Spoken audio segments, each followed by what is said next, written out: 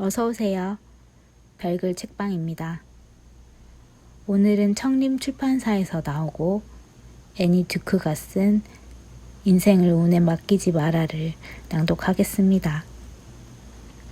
워크북처럼 자신의 경험과 생각을 적는 공간이 있어 약간 책이 두껍게 느껴지지만 따라서 하다 보면 인생을 더 좋은 방향으로 선택해 나갈 수 있도록 하는 데 도움을 주는 책입니다. 이 책을 활용하는 방법.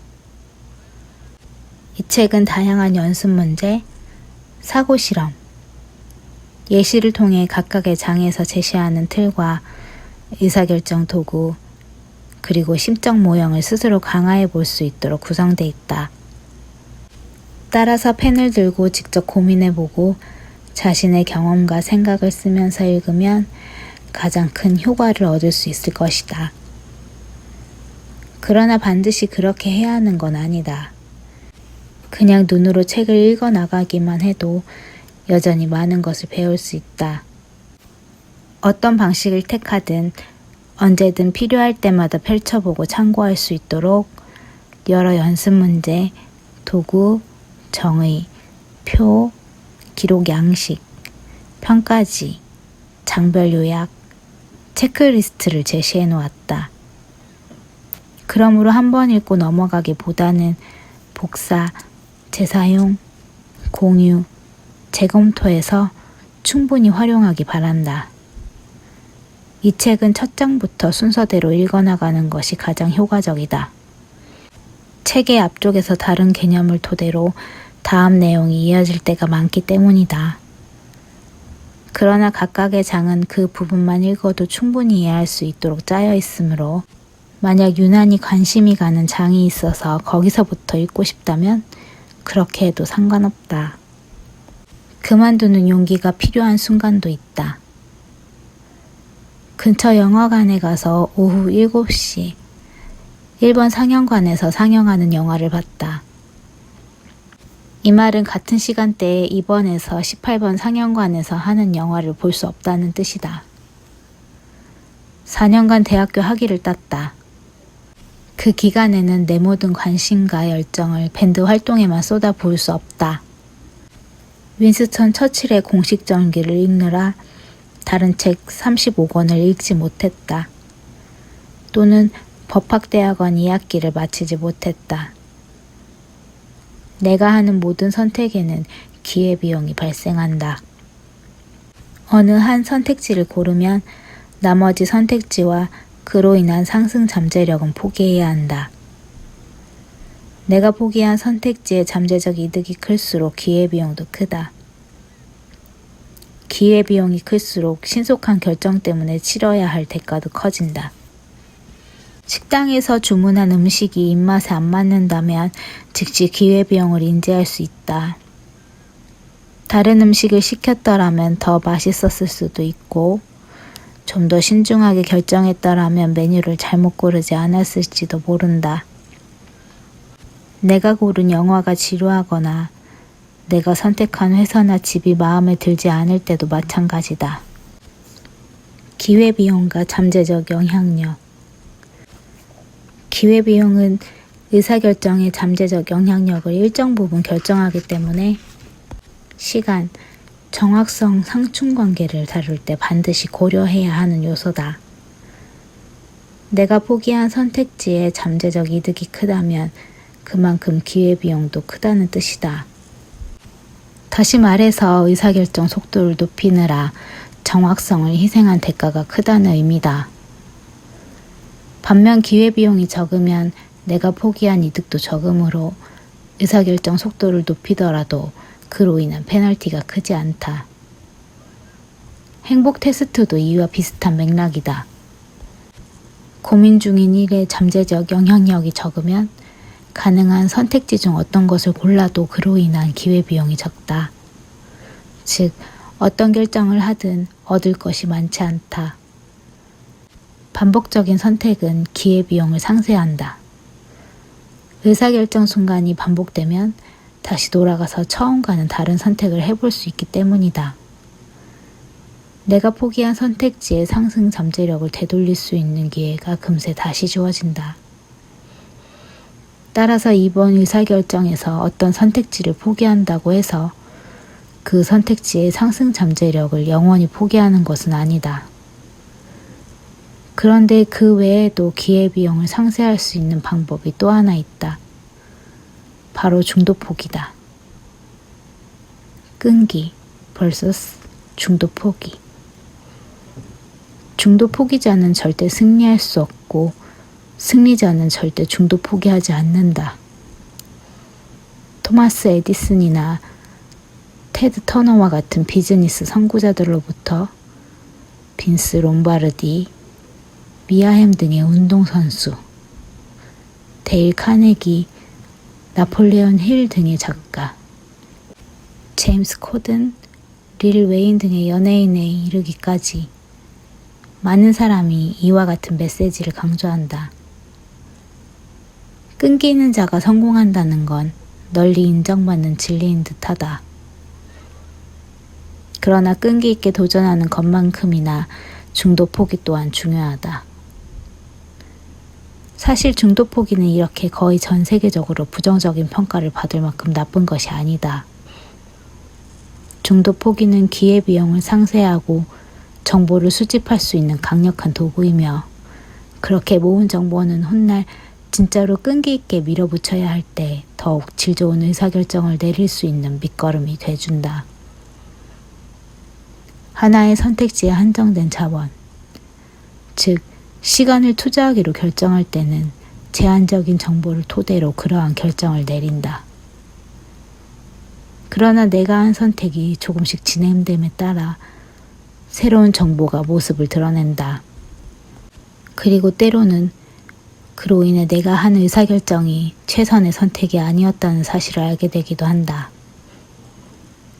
새로운 정보가 나타날수록 좋은 선택이라고 믿었던 내 결정이 사실 생각보다 하강 잠재력이 큰 선택지였고 그래서 오히려 목표에서 더 멀어질 가능성이 높다는 사실을 알게 될 수 있다.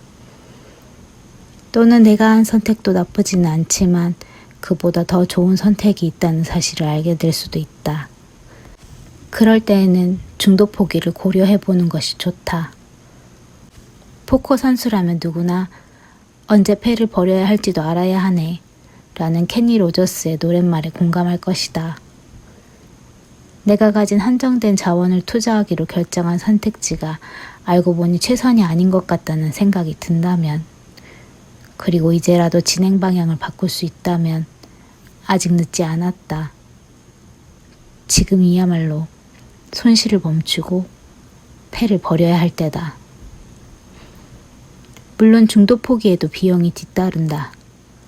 돈을 잃을 수도 있고 호감이나 평판, 소셜 화폐, 시간 등을 잃을 수도 있다. 그러나 첫 번째 데이트 후의 관계를 끝내는 것이 결혼한 후 이혼하는 것보다 낫다. 새를 든 집이 마음에 안 들어서 이사하는 비용이 내 소유의 집을 매매하고 이사하는 비용보다 적게 든다. 다른 동네로 이사했다가 마음을 바꾸는 비용이 다른 나라로 옮겼다가 마음을 바꾸는 비용보다는 적게 든다. 좋은 의사결정 과정은 다음과 같은 질문을 포함해야 한다. 만약 내가 이 선택지로 결정했다가 중도 포기한다면 그때 발생할 수 있는 비용은? 그리고 그 비용이 적을수록 의사결정 속도를 높일 수 있다. 중도 포기라는 선택지가 기회비용을 낮춰서 잘못된 결정에 잠재적 영향력을 줄여줄 수 있기 때문이다. 결혼 상대를 고르는 것보다는 데이트 상대를 고르는 문제를 더 빨리 결정할 수 있다. 매매할 집을 고르는 것보다는 임차할 집을 고르는 문제를 더 빨리 결정할 수 있다. 다른 나라로 이민 가는 것보다는 다른 동네로 이사를 가는 문제를 더 빨리 결정할 수 있다. 중도 포기는 직관적으로 떠오르는 선택지가 아니다. 인간의 마음이 움직이는 방식 때문에 사람들은 이미 결정한 것, 특히 그 잠재적 영향력이 큰 의사결정을 영구적이고 최종적인 선택으로 간주하는 경향이 있다.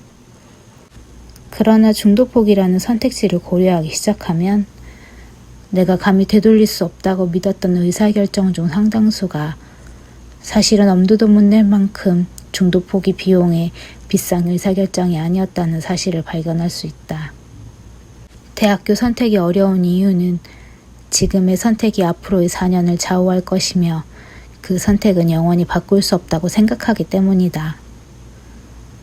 그러나 외부의 시각에서 살펴보면 약 37%의 학생이 도중 다른 학교로 편입하며 그중 절반은 2번 이상 편입한다는 것을 알 수 있다. 편입이라는 선택지가 있다는 사실을 깨달으면 중도 포기를 고려조차 하지 않았던 상태에서 중도 포기 시 비용을 미리 가늠해보는 상태로 생각의 틀을 바꿀 수 있다. 기존 학교에서 이수한 학점이 편입 시에도 인정될까? 이미 사귄 친구들과 멀어지게 되면서 발생할 손실은? 편입한 학교에서 새 친구들을 사귀기 힘들진 않을까? 이사 비용은? 전보다 더 좋은 대학교에 들어갈 수 있을까? 이에 대한 답이 뭐든 간에 중도 포기 비용이 생각보다 낮으리라는데 내기를 걸어도 좋다. 아마 이전에는 중도 포기라는 선택지를 생각조차 못했을 것이기 때문이다. 이처럼 중도 포기라는 선택지를 고려하면 의사결정의 질이 올라간다. 양방향 의사결정. 빠르게 결정하고 더 많이 경험하기. 중도 포기 비용이 감당할 만한 수준인 의사결정은 새로운 시도와 경험을 통해 정보를 수집할 기회를 제공한다. 아마존의 창립자 제프 베이조스와 버진그룹의 창립자 리처드 브랜슨은 의사결정 과정 중에 양방향 의사결정이라는 개념을 포함시켰다. 양방향 의사결정이란 쉽게 말해서 중도 포기 비용이 낮은 의사결정을 뜻한다. 고민 중인 문제가 양방향 의사결정에 해당한다는 사실을 파악하면 확신이 부족한 선택지를 골라도 기회비용이 적기 때문에 좀 더 가벼운 마음으로 새로운 경험에 도전해 볼 수 있다. 그리고 그렇게 모은 정보는 이후 메뉴 전략을 구사할 때 내가 좋아하는 것과 싫어하는 것을 분류하는 과정의 정확성을 높여줄 것이다. 중도 포기할 수 있는 의사결정을 고민할 때는 새로운 것을 시도해보라. 내가 무엇을 좋아하고 싫어하는지 알아보고 어떤 방법이 더 효과적인지 확인해보라. 내가 피아노 연주를 좋아할지 그렇지 않을지 알고 싶으면 레슨을 몇 번 받아본다. 해보고 재미가 없으면 그만두면 된다. 피아노를 배우기로 결정했다고 해서 영원히 피아노를 쳐야 할 필요는 없다. 즉흥 연기 수업에 등록하거나 소금 덩어리로 요리하는 법을 배우는 것도 마찬가지다. 물론 끈기 있게 계속하고 싶은 일도 있을 것이다. 아무런 투지나 끈기도 없이 성공하기 어려운 것은 사실이다. 그러나 필요하다면 중도 포기라는 선택지도 있다는 사실을 알아야 내가 진짜 투지를 불태워야 하는 순간에 더 나은 선택을 할 수 있다. 의사결정 쌓기. 중도 포기라는 선택지의 존재를 염두에 두고 세상을 바라보면 의사결정의 질을 높이는 데 의사결정 쌓기라는 전략이 효과적이라는 사실을 발견할 수 있다. 살다 보면 잠재적 영향력이 크고 결정을 번복했을 때 드는 비용이 비싼 일방향 의사결정을 내려야 하는 순간이 있다.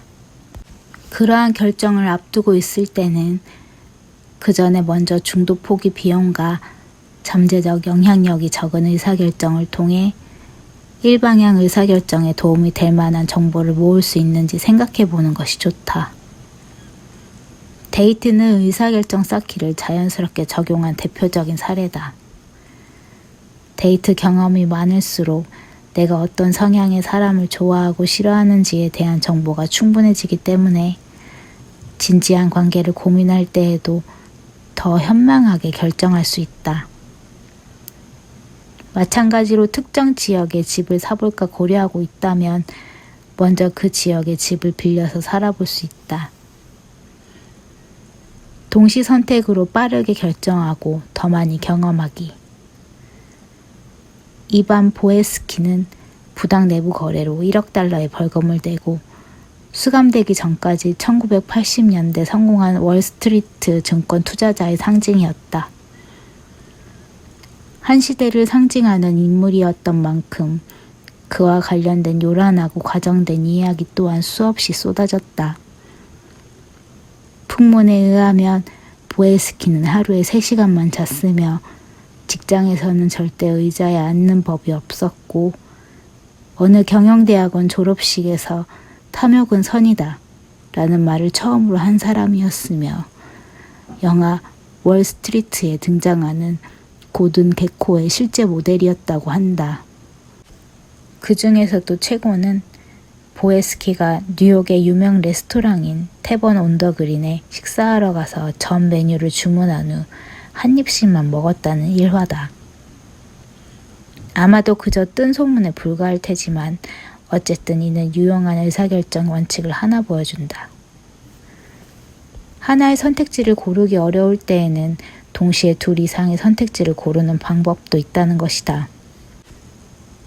동시에 여러 선택지를 고르면 다양한 선택지가 제공하는 상승 잠재력을 한꺼번에 얻을 수 있기 때문에 기회비용을 낮출 수 있을 뿐만 아니라 하강 잠재력도 줄일 수 있다.